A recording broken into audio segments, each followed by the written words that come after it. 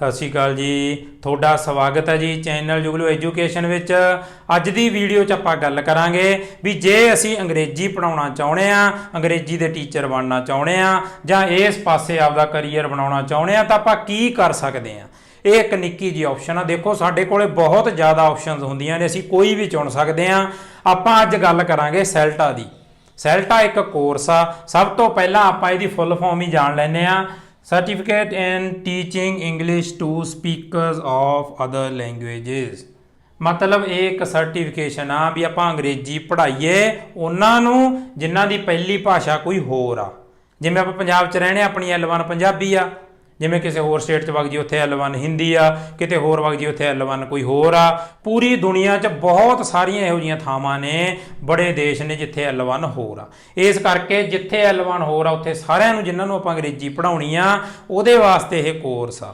ਪੂਰੀ ਦੁਨੀਆ ਦੇ ਵਿੱਚ ਇਹਦੀ ਵੱਖਰੀ ਪਹਿਚਾਣ ਆ, ਜਾਂ ਕਹਿ ਲਓ ਇੰਗਲਿਸ਼ ਟੀਚਿੰਗ ਦੀਆਂ ਜਿੰਨੀਆਂ ਸਰਟੀਫਿਕੇਸ਼ਨਸ ਨੇ ਉਹਨਾਂ ਦੇ ਵਿੱਚ ਬੜਾ ਵਧੀਆ ਇਹਦਾ ਸਥਾਨ ਆ, ਬੜਾ ਨਾਮ ਆ। ਦੁਨੀਆ ਦੇ ਹਰ ਕੋਨੇ 'ਚ ਇਹਨੂੰ ਪਹਿਚਾਣਿਆ ਜਾਂਦਾ। ਕੈਂਬਰਿਜ ਵੱਲੋਂ ਇਹ ਕੋਰਸ ਬਣਾਇਆ ਗਿਆ, ਕੈਂਬਰਿਜ ਯੂਨੀਵਰਸਿਟੀ ਇੰਗਲੈਂਡ ਦੀ। ਤੇ ਜਿਹੜੇ ਇੰਗਲਿਸ਼ ਪੜ੍ਹਾਉਣਾ ਚਾਹੁੰਦੇ ਆ ਉਹ ਇਹ ਕੋਰਸ ਕਰਕੇ ਸਰਟੀਫਾਈਡ ਟੀਚਰ ਬਣ ਜਾਂਦੇ ਨੇ ਤੇ ਬੜੀ ਡਿਮਾਂਡ ਆ ਇਹਨਾਂ ਦੀ ਪੂਰੀ ਦੁਨੀਆ 'ਚ।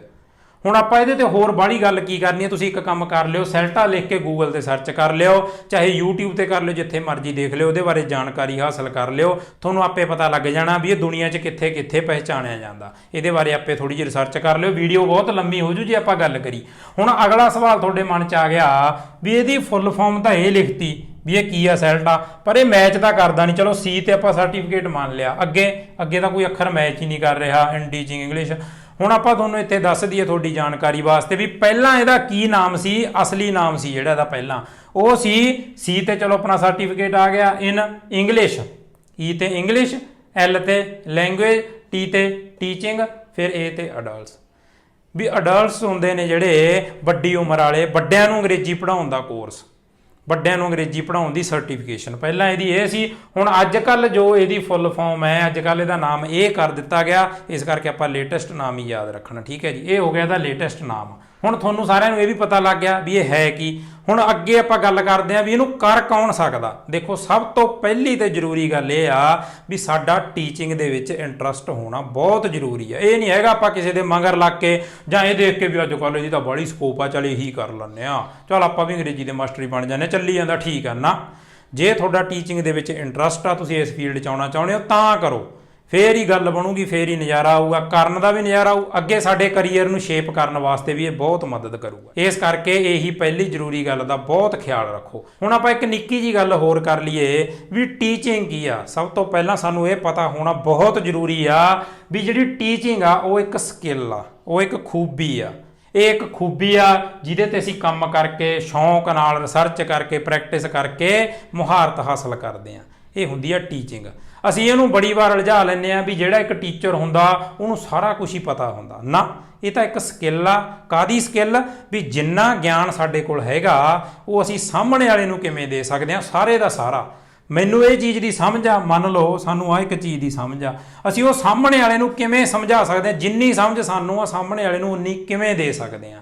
ਇਹ ਇੱਕ ਸਕਿੱਲ ਹੈ। ਬਹੁਤ ਜ਼ਿਆਦਾ ਜਾਣਕਾਰੀ ਹੋਣੀ ਜਾਂ ਇਨਸਾਈਕਲੋਪੀਡੀਆ ਹੋਣਾ ਉਹਦੇ ਨਾਲ ਇਹਦਾ ਕੋਈ ਲੈਣਾ ਦੇਣਾ ਨਹੀਂ। ਅਸੀਂ ਉਹਦੇ ਨਾਲ ਇਹਨੂੰ ਉਲਝਾਉਣਾ ਨਹੀਂ। ਆਪਾਂ ਸੋਚਣ ਲੱਗ ਜਾਂਦੇ ਆ ਵੀ ਉਹਨੂੰ ਆਹ ਚੀਜ਼ ਤਾਂ ਪਤਾ ਨਹੀਂ, ਉਹਨੂੰ ਆਹ ਤਾਂ ਆਉਂਦਾ ਨਹੀਂ, ਬਸ ਕਾਹਦਾ ਟੀਚਰ ਆ ਉਹ। ਐਂ ਨਹੀਂ ਹੁੰਦਾ।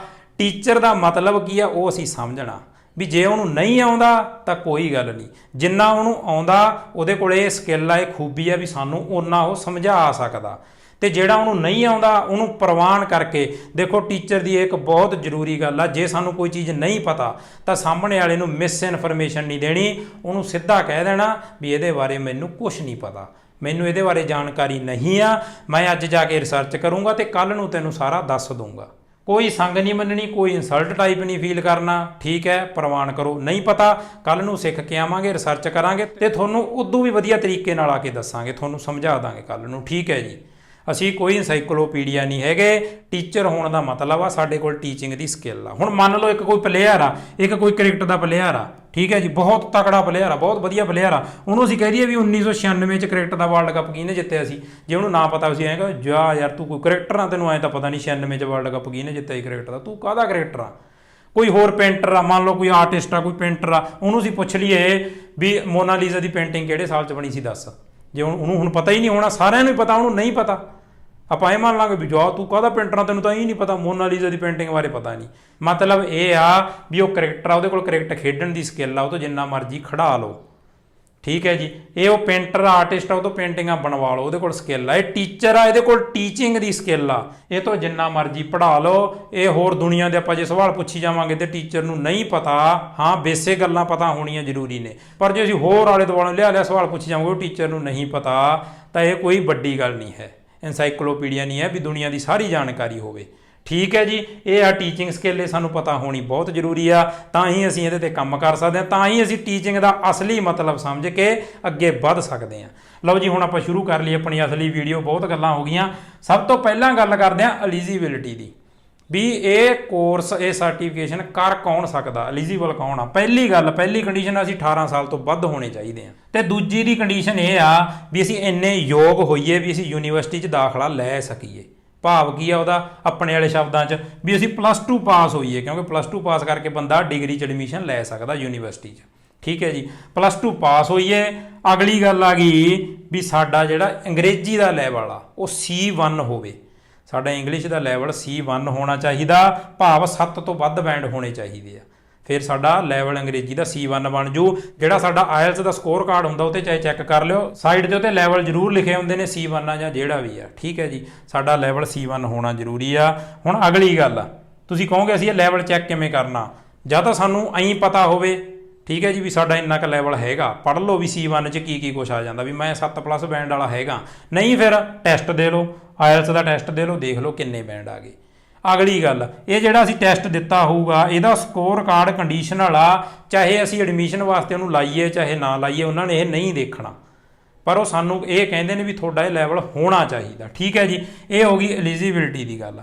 ਅੱਗੇ ਆ ਗਈ ਸਾਡੇ ਕੋਲੇ ਫੀਸ, ਵੀ ਇਹਦੀ ਫੀਸ ਕਿੰਨੀ ਹੈ। ਇਹਦੀ ਫੀਸ ਆ ਜਿਹੜੀ ਉਹ ਨਿਰਭਰ ਕਰਦੀ ਹੈ ਤੁਸੀਂ ਕਿੱਥੋਂ ਕਰ ਰਹੇ ਹੋ। ਪੂਰੀ ਦੁਨੀਆ 'ਚ ਕੈਂਬਰਿਜ ਦੇ ਮਾਨਤਾ ਪ੍ਰਾਪਤ ਸੈਂਟਰ ਨੇ ਜਿੱਥੋਂ ਅਸੀਂ ਇਹਨੂੰ ਕਰ ਸਕਦੇ ਹਾਂ। ਇੰਡੀਆ 'ਚ ਵੀ ਆ, ਬਾਹਰਲੇ ਦੇਸ਼ਾਂ 'ਚ ਵੀ ਆ, ਸਾਰੇ ਕਿਤੇ ਜਿੱਥੇ ਮਰਜ਼ੀ ਜਾ ਕੇ ਕਰ ਲਓ, ਜਿੱਥੇ ਤੁਹਾਨੂੰ ਠੀਕ ਲੱਗਦਾ ਵੀ ਮੈਂ ਇੱਥੋਂ ਕਰਨਾ। ਇਹ ਪਤਾ ਕਿਵੇਂ ਕਰਨਾ, ਸੈਲਟਾ ਲਿਖ ਕੇ, ਸੈਲਟਾ ਕੋਰਸ ਲਿਖ ਕੇ ਗੂਗਲ ਤੇ ਸਰਚ ਕਰੋ, ਕੈਂਬਰਿਜ ਦੀ ਆਫੀਸ਼ੀਅਲ ਵੈਬਸਾਈਟ ਤੇ ਜਾਓ, ਉੱਥੇ ਦੇਖੋ ਫਾਈਂਡ ਸੈਂਟਰ ਦੀ ਇੱਕ ਆਪਸ਼ਨ ਹੋਊਗੀ, ਉੱਤੇ ਕਲਿੱਕ ਕਰੋ, ਕੰਟਰੀ ਸਿਲੈਕਟ ਕਰ ਲਓ, ਸਟੇਟ ਸਿਲੈਕਟ ਕਰ ਲਓ, ਕੋਰਸ ਸਿਲੈਕਟ ਕਰ ਲਓ ਸੈਲਟਾ, ਤੇ ਉਹ ਆ ਜਾਣਾ ਵੀ ਇਹ ਸੈਲਟਾ ਆਹ ਕੰਟਰੀ 'ਚ ਇੱਥੇ ਕਰਾਇਆ ਜਾਂਦਾ। ਫਿਰ ਉਹ ਜਿੱਥੇ ਕਰਾਇਆ ਜਾਂਦਾ ਉਹ ਸੈਂਟਰ ਦੇ ਨਾਂ ਹੋਣਗੇ, ਉਹਨਾਂ ਦੀ ਵੈਬਸਾਈਟ ਤੇ ਕਲਿੱਕ ਕਰੋ, ਉਹਨਾਂ ਦੀ ਵੈਬਸਾਈਟ ਤੇ ਜਾਓ ਤੇ ਜਾ ਕੇ ਅਪਲਾਈ ਕਰ ਲਓ। ਇਹ ਇੰਨਾ ਕੁ ਪ੍ਰੋਸੈਸ ਆ। ਤੇ ਜਿੱਥੇ ਅਸੀਂ ਅਪਲਾਈ ਕਰਾਂਗੇ ਸਾਰਿਆਂ ਦੀ ਅਲੱਗ ਆਪਣੀ ਫੀਸ ਆ। ਦੇਖੋ ਤਾਂ ਹੁਣ ਹਨਾ, ਜਿਹੜੇ ਇਹਨਾਂ ਦੇ ਸਰਟੀਫਾਈਡ ਸੈਂਟਰ ਆ ਸਾਰੇ ਆਪਦੇ ਹਿਸਾਬ ਨਾਲ ਫੀਸ ਰੱਖਦੇ ਆ। ਤੁਸੀਂ ਜਿਹੜੇ ਕੈਂਬਰਿਜ ਦੀ ਵੈਬਸਾਈਟ ਤੇ ਲਿਸਟ ਕੀਤੇ ਹੋਏ ਨੇ ਉਹਨਾਂ ਚੋਂ ਕਿਹੜਾ ਮਰਜ਼ੀ ਸੈਂਟਰ ਚੂਜ਼ ਕਰ ਲਓ, ਸਾਰੇ ਸੇਮ ਨੇ ਤੇ ਤੁਹਾਨੂੰ ਸਰਟੀਫਿਕੇਟ ਵੀ ਬਿਲਕੁਲ ਸੇਮ ਹੀ ਮਿਲਣਾ, ਇੱਕੋ ਜਿਹਾ ਸਰਟੀਫਿਕੇਟ ਕੈਂਬਰਿਜ ਵੱਲੋਂ ਮਿਲਣਾ, ਇਹ ਨਹੀਂ ਹੈਗਾ ਤੁਹਾਨੂੰ ਅੱਡ ਮਿਲੂਗਾ, ਠੀਕ ਹੈ ਜੀ, ਇੱਕੋ ਮਿਲਣਾ। ਅਸੀਂ ਚੂਜ਼ ਕਰ ਲਿਆ, ਉੱਥੋਂ ਜਿਹੜੀ ਫੀਸ ਹੋਊਗੀ ਉਹਦੇ ਹਿਸਾਬ ਨਾਲ ਅਸੀਂ ਰੱਖ ਲੈਂਦੇ ਆ। ਮੇਨਲੀ ਇਹ 1 ਤੋਂ ਲੈ ਕੇ 2 ਲੱਖ ਤੱਕ ਇਹਦੀ ਫੀਸ ਹੁੰਦੀ ਹੈ, ਠੀਕ ਹੈ ਜੀ। ਹੁਣ ਅੱਗੇ ਆ ਗਿਆ ਸਾਡੇ ਕੋਲੇ ਡਿਊਰੇਸ਼ਨ, ਵੀ ਇਹ ਕਿੰਨੇ ਸਮੇਂ ਦਾ ਹੁੰਦਾ। ਜੇ ਅਸੀਂ ਫੁੱਲ ਟਾਈਮ ਸੈਲਟਾ ਕਰਨਾ ਚਾਹੁੰਦੇ ਆ ਤਾਂ ਇਹ ਹੁੰਦਾ 28 ਦਿਨਾਂ ਦਾ, 4 ਹਫ਼ਤਿਆਂ ਦਾ ਹੁੰਦਾ, ਤੇ ਇਹ ਬਹੁਤ ਇੰਟੈਂਸ ਹੁੰਦਾ। ਇੰਟੈਂਸ ਮਤਲਬ ਸਵੇਰੀ ਕਲਾਸ ਤੁਹਾਡੀ ਚੱਲ ਕੇ ਸ਼ਾਮ ਨੂੰ ਵਿਹਲੇ ਹੋਇਆ ਕਰੋਗੇ 6:30-7 ਵਜੇ ਤੱਕ, 10 ਵਜੇ ਕਲਾਸ ਚੱਲਿਆ ਕਰੂਗੀ, ਤੇ ਉਸ ਤੋਂ ਬਾਅਦ ਤੁਹਾਨੂੰ ਬਹੁਤ ਜ਼ਿਆਦਾ ਕੰਮ ਮਿਲਿਆ ਕਰੂਗਾ, ਅਸਾਈਨਮੈਂਟਸ ਅੱਡ ਮਿਲਣਗੀਆਂ, ਟੀਚਿੰਗ ਪ੍ਰੈਕਟਿਸ ਤਿਆਰ ਕਰਨੀ ਉਹ ਅੱਡ ਹੋਊ। ਮਤਲਬ ਤੁਹਾਡੇ ਕੋਲ ਬਹੁਤ ਘੱਟ ਵਿਹਲਾ ਸਮਾਂ ਹੋਣਾ, 28 ਦਿਨ ਤੁਹਾਨੂੰ ਸਿਰ ਖੁਰਕਣ ਦੀ ਵਿਹਲ ਨਹੀਂ ਮਿਲਣੀ, ਤਾਂ ਕਰਕੇ ਇਹਨੂੰ ਇੰਟੈਂਸ ਕੋਰਸ ਕਹਿੰਦੇ ਆ। ਪੂਰੀ ਤਿਆਰੀ ਸਾਡੀ ਹੋਣੀ ਚਾਹੀਦੀ ਆ, ਅਸੀਂ ਫੁੱਲੀ ਪ੍ਰੀਪੇਅਰਡ ਹੋਣੇ ਚਾਹੀਦੇ ਆ, ਤੇ ਫਿਰ ਅੱਗੇ ਜਾ ਕੇ ਅਸੀਂ ਇਹਦੇ 'ਚ ਦਾਖਲਾ ਲੈਣਾ ਤੇ ਇਹਨੂੰ ਕਰਨਾ। ਹੁਣ ਇਹ ਹੋ ਗਿਆ ਫੁੱਲ ਟਾਈਮ, ਇਹਦਾ ਹੁੰਦਾ ਪਾਰਟ ਟਾਈਮ ਮੋਡ ਵੀ ਹੈਗਾ, ਅਸੀਂ ਪਾਰਟ ਟਾਈਮ ਵੀ ਕਰ ਸਕਦੇ ਹਾਂ। ਸਾਰੀਆਂ ਆਪਸ਼ਨਸ ਚੈੱਕ ਕਰ ਲਿਓ, ਜਿਹੜੀ ਸਾਨੂੰ ਠੀਕ ਲੱਗੇ ਚੂਜ਼ ਕਰ ਲਿਓ। ਅਗਲੀ ਗੱਲ ਆ ਗਈ ਇਹਦੇ ਮੋਡ ਕੀ ਨੇ। ਇਹ ਆਨਲਾਈਨ ਵੀ ਅਸੀਂ ਕਰ ਸਕਦੇ ਹਾਂ, ਗੱਲ ਨੋਟ ਕਰੋ, ਆਨਲਾਈਨ ਕਰ ਸਕਦੇ ਹਾਂ, ਫੇਸ ਟੂ ਫੇਸ ਕਰ ਸਕਦੇ ਹਾਂ, ਮਿਕਸਡ ਵੀ ਕਰ ਸਕਦੇ ਹਾਂ, ਵੀ ਫੇਸ ਟੂ ਫੇਸ ਵੀ ਉੱਥੇ ਲਾਇਆ, ਆਨਲਾਈਨ ਵੀ ਕਰਿਆ, ਠੀਕ ਹੈ ਜੀ। ਤਿੰਨੇ ਮੋਡ ਸਾਡੇ ਕੋਲ ਹੈਗੇ ਨੇ, ਆਨਲਾਈਨ ਚੂਜ਼ ਕਰ ਲਓ, ਚਾਹੇ ਕਰ ਲਓ ਫੇਸ ਟੂ ਫੇਸ ਵੀ ਸੈਂਟਰ ਦੇ ਵਿੱਚ ਜਾ ਕੇ ਕਰਨਾ, ਠੀਕ ਹੈ ਜੀ, ਉੱਥੇ ਪਹੁੰਚ ਕੇ ਲੋਕੇਸ਼ਨ ਤੇ। ਹੁਣ ਇਹ ਆ ਗਈਆਂ ਆਪਣੀਆਂ ਬੇਸਿਕ ਗੱਲਾਂ। ਹੁਣ ਅਗਲੀ ਆਪਾਂ ਗੱਲ ਕਰਦੇ ਹਾਂ ਵੀ ਇਹ ਐਲੀਜੀਬਿਲਿਟੀ ਅਸੀਂ ਪੂਰੀ ਕਰ ਲਈ, ਇੱਥੇ ਐਡਮਿਸ਼ਨ ਅਸੀਂ ਲੈਣੀ ਕਿਵੇਂ ਆ, ਸਾਡਾ ਮਨ ਸਾਰਾ ਬਣ ਗਿਆ, ਅਸੀਂ ਪਤਾ ਕਰ ਲਿਆ। ਇੱਥੇ ਐਡਮਿਸ਼ਨ ਲੈਣ ਵਾਸਤੇ ਸਭ ਤੋਂ ਪਹਿਲਾਂ ਜਦੋਂ ਅਸੀਂ ਉਹ ਵੈਬਸਾਈਟ ਤੇ ਸੰਪਰਕ ਕਰ ਲਿਆ, ਜਿਹੜੀ ਸਾਡੇ ਸੈਂਟਰ ਦੀ ਵੈਬਸਾਈਟ ਆ, ਉਹ ਤੇ ਜਾ ਕੇ ਸੰਪਰਕ ਕਾਇਮ ਕਰ ਲਿਆ, ਉਹ ਸਾਨੂੰ ਇੱਕ ਟਾਸਕ ਦੇਣਗੇ, ਠੀਕ ਹੈ ਜੀ। ਟਾਸਕ ਮਤਲਬ ਇੱਕ ਉਹ ਅੰਗਰੇਜ਼ੀ ਦਾ ਟੈਸਟ ਹੀ ਹੋਊਗਾ, ਉਹ ਸਾਨੂੰ ਕਰਨ ਨੂੰ ਦੇ ਦੇਣਗੇ, ਈਮੇਲ ਰਾਹੀਂ ਸਾਡੇ ਕੋਲੇ ਆ ਜਾਊਗਾ, ਅਸੀਂ ਉਹ ਕਰਨਾ ਹੋਊਗਾ, ਉਹ ਕਰਕੇ ਅਸੀਂ ਉਹਨਾਂ ਨੂੰ ਵਾਪਸ ਭੇਜ ਦਿਆਂਗੇ ਵੀ ਆਹ ਲਓ ਅਸੀਂ ਆਹ ਕਰਤਾ। ਫਿਰ ਉਹ ਟੈਸਟ ਨੂੰ ਦੇਖਣਗੇ, ਚੈੱਕ ਕਰਨਗੇ, ਫਿਰ ਉਹ ਤੁਹਾਨੂੰ ਇੰਟਰਵਿਊ ਦੀ ਡੇਟ ਦੇਣਗੇ ਵੀ ਇੰਨੀ ਤਰੀਕ ਨੂੰ ਤੇਰੀ ਇੰਟਰਵਿਊ ਹੋਣੀ ਹੈ ਜ਼ੂਮ 'ਤੇ। ਜੇ ਤੁਸੀਂ ਲੋਕੇਸ਼ਨ ਦੇ ਨੇੜੇ ਰਹਿੰਦੇ ਹੋ ਜਾ ਕੇ ਵੀ ਇੰਟਰਵਿਊ ਦੇ ਸਕਦੇ ਹੋ, ਕੋਈ ਚੱਕਰ ਨਹੀਂ। ਜੇ ਤੁਸੀਂ ਆਨਲਾਈਨ ਆ ਕਿਤੇ ਦੂਰੋਂ ਹੈ ਨਾ ਕਰ ਰਹੇ ਹੋ, ਦੂਰ ਰਹਿ ਰਹੇ ਹੋ ਲੋਕੇਸ਼ਨ 'ਤੇ ਫਿਲਹਾਲ, ਹਜੇ ਆਪਾਂ ਕਿਹੜਾ ਐਡਮਿਸ਼ਨ ਲਈਏ, ਦੂਰ ਬੈਠੇ ਆ, ਫਿਰ ਉਹ ਜ਼ੂਮ 'ਤੇ ਸਾਡੀ ਇੰਟਰਵਿਊ ਲੈ ਲੈਣਗੇ ਅਤੇ ਉਹ ਸਾਨੂੰ ਡੇਟ ਦੱਸ ਦੇਣਗੇ ਵੀ ਇੰਨੀ ਤਰੀਕ ਨੂੰ ਇੰਨੇ ਵਜੇ ਤੇਰੀ ਇੰਟਰਵਿਊ ਆ ਭਾਈ, ਤਿਆਰ ਰਹੀ। 40 ਤੋਂ ਲੈ ਕੇ 45 ਕੁ ਮਿੰਟ ਤੱਕ ਇੰਟਰਵਿਊ ਹੁੰਦੀ ਆ। ਹੁਣ ਦੂਜੀ ਗੱਲ ਇਹ ਆ ਗਈ, ਅਸੀਂ ਸੋਚੀ ਜਾਂਦੇ ਹਾਂ ਵੀ ਯਾਰ ਸਾਨੂੰ ਟਾਸਕ ਦੇਣਗੇ, ਟਾਸਕ ਤਾਂ ਕੀ ਆ, ਅਸੀਂ ਟਾਸਕ ਨੈੱਟ ਤੋਂ ਰਿਸਰਚ ਕਰਕੇ ਠੀਕ ਆ ਚੱਕ ਦਾਂਗੇ, ਸਾਰਾ ਕਰਕੇ ਤੋਰ ਦਾਂਗੇ। ਬਿਲਕੁਲ ਠੀਕ ਹੈ ਗੱਲ, ਅਸੀਂ ਕਰ ਸਕਦੇ ਹਾਂ, ਪਰ ਪੰਗਾ ਕਿੱਥੇ ਪਊਗਾ ਜਦੋਂ ਉਹਨਾਂ ਨੇ ਟਾਸਕ ਸਾਡਾ ਦੇਖ ਲਿਆ ਤੇ ਇੰਟਰਵਿਊ 'ਚ ਸਾਡੇ ਤੋਂ ਸਵਾਲ ਪੁੱਛਣਗੇ, ਉਹ ਇਹ ਟਾਸਕ 'ਚੋਂ ਹੀ ਪੁੱਛਣਗੇ। ਉਹ ਪੁੱਛਣਗੇ ਇਹ ਕਿਉਂ ਆ, ਜਾਂ ਇਹਦੇ ਨਾਲ ਦੇ 2-3 ਹੋਰ ਸਵਾਲ ਪੁੱਛ ਲੈਣਗੇ ਵੀ ਇਹਦਾ ਉੱਤਰ ਦਿਓ। ਹੋ ਸਕਦਾ ਕੋਈ ਹੋਰ ਵੱਖਰਾ ਨਵਾਂ ਕ੍ਰੀਏਟ ਕਰ ਲੈਣ, ਉਹ ਪੁੱਛ ਲੈਂਦੇ ਨੇ। ਜਦੋਂ ਉਹ ਪੁੱਛਣਗੇ ਫਿਰ ਉੱਥੇ ਅਸੀਂ ਅੜ ਜਾਾਂਗੇ। ਜੇ ਇਹ ਸਾਡੀ ਜਾਣਕਾਰੀ ਸਾਨੂੰ ਨਾ ਹੋ, ਅਸੀਂ ਨਕਲ ਮਾਰ ਕੇ ਕੰਮ ਕਰਤਾ। ਹੈਲਪ ਜ਼ਰੂਰ ਲੈ ਲਓ, ਪਰ ਸਾਨੂੰ ਪਤਾ ਹੋਣਾ ਚਾਹੀਦਾ, ਸਾਡਾ ਲੈਵਲ ਸਹੀ ਹੋਣਾ ਚਾਹੀਦਾ, ਫਿਰ ਗੱਲ ਬਣਨੀ ਆ। ਨਹੀਂ ਤਾਂ ਇੰਟਰਵਿਊ 'ਚ ਉਹਨਾਂ ਨੂੰ ਪਤਾ ਲੱਗ ਜਾਣਾ ਵੀ ਇਹਦਾ ਲੈਵਲ ਉਨਾ ਨਹੀਂ ਆ, ਇਹਨੇ ਵਾਰ ਨਕਲ ਨੁਕਲ ਮਾਰ ਕੇ ਜਾਂ ਕਿਸੇ ਦੀ ਹੈਲਪ ਲੈ ਕੇ ਕਰਤਾ, ਗੱਲ ਬਣੀ ਨਹੀਂ। ਅਸੀਂ ਉੱਥੇ ਸਵਾਲਾਂ ਚੜਾਂਗੇ, ਗੇਰ ਝਾੜੂਗਾ, ਸਾਡੀ ਅੰਗਰੇਜ਼ੀ ਦਾ ਲੈਵਲ ਸਹੀ ਨਹੀਂ ਹੋਣਾ, ਤਾਂ ਉਹਨਾਂ ਨੇ ਸਾਨੂੰ ਰਿਜੈਕਟ ਕਰ ਦੇਣਾ। ਇਸ ਕਰਕੇ ਟਾਸਕ ਤਾਂ ਅਸੀਂ ਕਰ ਲਾਂਗੇ, ਪਰ ਅਸੀਂ ਆਪਦੇ ਲੈਵਲ ਦਾ ਖਿਆਲ ਰੱਖਣਾ ਵੀ ਸਾਡਾ ਇੰਨਾ ਲੈਵਲ ਹੀ ਹੋਣਾ ਚਾਹੀਦਾ, ਤਾਂ ਕਿ ਅਸੀਂ ਉੱਥੇ ਵਧੀਆ ਤਰੀਕੇ ਨਾਲ ਇੰਟਰਵਿਊ ਉਹਨਾਂ ਨੂੰ ਦੇ ਸਕੀਏ, ਸਾਰੇ ਸਵਾਲਾਂ ਦੇ ਉਹਨਾਂ ਦੇ ਉੱਤਰ ਦੇ ਦਈਏ। ਜਦੋਂ ਇੰਟਰਵਿਊ ਹੋ ਗਈ, ਇਹ ਦੋਨੇ ਚੀਜ਼ਾਂ ਹੋ ਗਈਆਂ, ਫਿਰ ਉਹਨਾਂ ਨੇ ਡਿਸੀਜਨ ਲੈ ਲੈਣਾ ਵੀ ਹਾਂ ਭਾਈ ਅਸੀਂ ਤੈਨੂੰ ਅਸੈਪਟ ਕਰ ਲਿਆ ਕੋਰਸ ਦੇ ਵਿੱਚ, ਤੂੰ ਆਪਦੀ ਫੀਸ ਭਰ ਕੇ ਸ਼ੁਰੂ ਕਰ ਸਕਦਾ, ਜੁਆਇਨ ਕਰ ਲਾ। ਓਕੇ ਜੀ, ਇਹ 2 ਸਟੈਪ ਨੇ, ਪਹਿਲਾ ਟੈਸਟ ਤੇ ਦੂਜਾ ਇੰਟਰਵਿਊ। ਇੰਟਰਵਿਊ ਦੇ ਵਿੱਚ ਉਹਨਾਂ ਨੇ ਤੁਹਾਨੂੰ ਪੁੱਛ ਲੈਣਾ, ਤੁਹਾਨੂੰ ਇਹ ਵੀ ਪੁੱਛਣਗੇ ਤੂੰ ਇਹ ਕੋਰਸ ਕਿਉਂ ਕਰਨਾ ਚਾਹਣਾ, ਵੀ ਤੇਰੇ ਪਿੱਛੇ ਟੀਚਿੰਗ ਨੂੰ ਤੂੰ ਕੀ ਸਮਝਦਾ ਹੈ, ਸਾਰੇ ਸਵਾਲ ਉਹ ਪੁੱਛਣਗੇ। ਇੰਟਰਵਿਊ ਜਦੋਂ ਤੁਸੀਂ ਉਹਨਾਂ ਨੂੰ ਦੱਸਤਾ, ਵਧੀਆ ਤਰੀਕੇ ਨਾਲ ਜਸਟੀਫਾਈ ਕਰਾਤਾ, ਉਸ ਤੋਂ ਬਾਅਦ ਤੁਹਾਨੂੰ ਅਸੈਪਟ ਕਰ ਲੈਣਗੇ ਪ੍ਰੋਗਰਾਮ 'ਚ, ਤੁਸੀਂ ਫੀਸ ਭਰ ਕੇ ਜੁਆਇਨ ਕਰ ਸਕਦੇ ਹੋ। ਇਹ ਹੋ ਗਿਆ ਪ੍ਰਵਾਨ ਕਰਨ ਦਾ। ਹੁਣ ਅਗਲੀ ਗੱਲ ਆ ਗਈ, ਜਦੋਂ ਸਾਨੂੰ ਪ੍ਰਵਾਨ ਕਰ ਲਿਆ ਤਾਂ ਕੋਰਸ ਦੇ ਵਿੱਚ ਕੀ ਆਊਗਾ, ਉਹ 'ਤੇ ਗੱਲ ਕਰਦੇ ਹਾਂ। ਸਭ ਤੋਂ ਪਹਿਲਾਂ ਕੋਰਸ ਦੇ ਵਿੱਚ ਸਾਡਾ ਤੁਹਾਨੂੰ ਹੈ ਨਾ ਟਾਈਮ ਟੇਬਲ ਤਾਂ ਦੱਸ ਹੀ ਦਿੱਤਾ ਵੀ ਕੀ ਕੁਛ ਹੋਊਗਾ। ਦੇਖੋ 5 ਮੇਨ ਟੌਪਿਕਸ ਨੇ ਜਿਨ੍ਹਾਂ 'ਤੇ ਇਹ ਕੋਰਸ ਫੋਕਸ ਕਰਦਾ। ਪਹਿਲਾਂ ਦੇਖੋ ਲਰਨਿੰਗ ਕੰਟੈਕਸਟ ਆ ਗਿਆ, ਉਦੋਂ ਬਾਅਦ ਸਾਡੇ ਕੋਲ ਲੈਂਗੁਏਜ ਅਵੇਅਰਨੈਸ ਆ ਗਿਆ, ਫਿਰ ਸਾਡੇ ਕੋਲ ਲੈਂਗੁਏਜ ਸਕਿੱਲਸ ਆ ਗਿਆ, ਫਿਰ ਸਾਡੇ ਕੋਲ ਪਲੈਨਿੰਗ ਐਂਡ ਸੋਰਸਿਸ ਆ ਗਿਆ, ਹੈ ਨਾ, ਅਲੱਗ-ਅਲੱਗ ਕੰਟੈਕਸਟ 'ਚ ਅਸੀਂ ਕਿਵੇਂ ਕਰਨੀ ਆ। ਫਿਰ ਅਖੀਰ ਤੇ ਦੇਖੋ developing teaching skills and professionalism. ਠੀਕ ਹੈ ਜੀ, ਇਹ ਸਾਰੇ ਟੌਪਿਕਸ ਨੇ ਜਿਹੜੇ ਕੋਰਸ 'ਚ ਕਵਰ ਕੀਤੇ ਜਾਣਗੇ, ਸਾਨੂੰ ਇਹਨਾਂ ਸਾਰਿਆਂ ਬਾਰੇ ਸਿਖਾਇਆ ਜਾਊਗਾ, ਸਮਝਾਇਆ ਜਾਊਗਾ।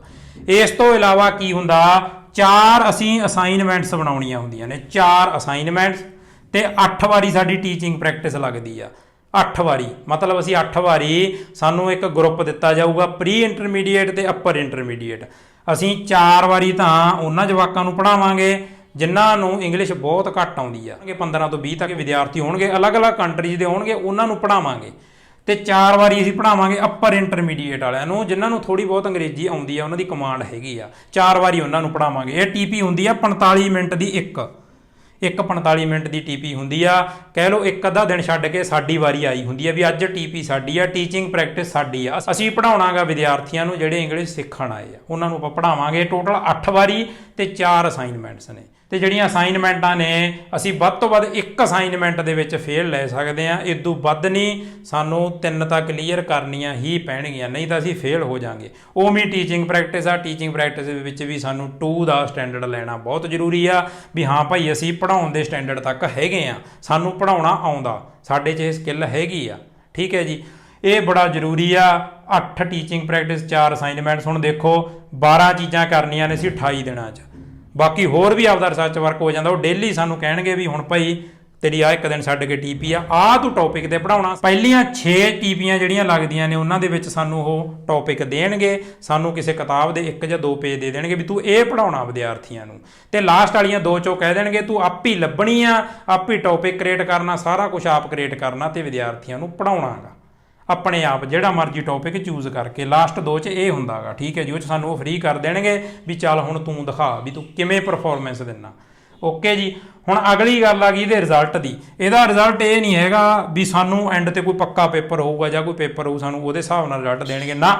ਇਹ ਜਿਹੜੀਆਂ ਚੀਜ਼ਾਂ ਨੇ ਜਾਂ ਸਾਡੀਆਂ ਰੋਜ਼ ਦੀ ਕਲਾਸ ਚੱਲ ਰਹੀ ਆ ਉਹਦੇ ਹਿਸਾਬ ਨਾਲ ਹੀ ਸਾਡੀ ਗ੍ਰੇਡਿੰਗ ਹੋ ਰਹੀ ਆ ਤੇ ਜਿਹੜਾ ਫਾਈਨਲ ਗ੍ਰੇਡ ਆ ਫਾਈਨਲ ਸਕੋਰ ਆ ਉਹ ਇਹਨਾਂ ਸਾਰਿਆਂ ਨੂੰ ਮਿਲਾ ਕੇ ਹੀ ਹੁੰਦਾ। ਅਖੀਰ ਤੇ ਕੋਈ ਪੇਪਰ ਨਹੀਂ ਹੁੰਦਾ। ਇਹ ਸਾਰੀਆਂ ਟੀਪੀਆਂ, ਇਹ ਅਸਾਈਨਮੈਂਟਾਂ ਤੇ ਸਾਡੀ ਪਰਫਾਰਮੈਂਸ ਦੇ ਬੇਸ ਤੇ ਸਾਨੂੰ ਫਾਈਨਲ ਸਕੋਰ ਦੇ ਦਿੱਤਾ ਜਾਂਦਾ ਤੇ ਅਸੀਂ ਇਹ ਕੋਰਸ ਪਾਸ ਕਰ ਲੈਂਦੇ ਆ। ਇਹ ਕੋਰਸ ਬੜਾ ਵਧੀਆ ਕੋਰਸ ਆ, ਪੂਰੀ ਦੁਨੀਆ ਦੇ ਵਿੱਚ ਇਹਦੀ ਪਹਿਚਾਣ ਆ।